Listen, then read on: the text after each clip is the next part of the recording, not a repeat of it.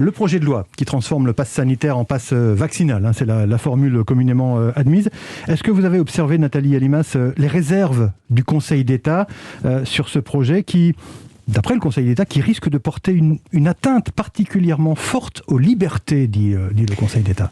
Vous savez, il y a 5 millions de Français qui ne sont pas vaccinés. Quand on regarde ce qui se passe dans les hôpitaux, parce que vous savez, il y a bien sûr, il y a le nombre de cas positifs, mais ce qu'il faut regarder avec précision, c'est la tension hospitalière.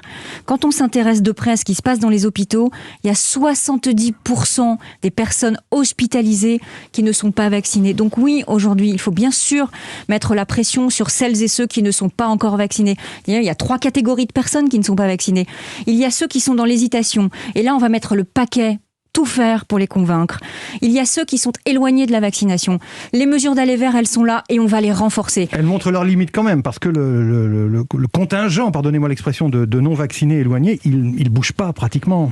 Il y a toujours 5 millions, 4-5 millions. Mais on va continuer à aller vers ces populations-là, les gens qui sont isolés, éloignés, sur les territoires, dans les quartiers. On y va et on va continuer à y aller. Et puis, il y a les réfractaires.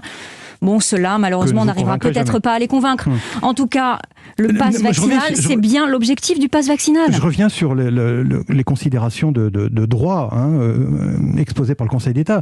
Restrictions particulièrement fortes aux libertés, ça doit poser problème. Est-ce qu'il n'y a pas un risque juridique pour que certaines dispositions du texte soient retoquées ensuite par le Conseil constitutionnel? Écoutez, déjà, les parlementaires vont faire leur travail. Ils se sont réunis. Le ministre a été auditionné hier. Je l'ai écouté très attentivement. J'entends bien ce que vous dites et ces points de droit. Je suis juriste moi-même, je comprends parfaitement les choses.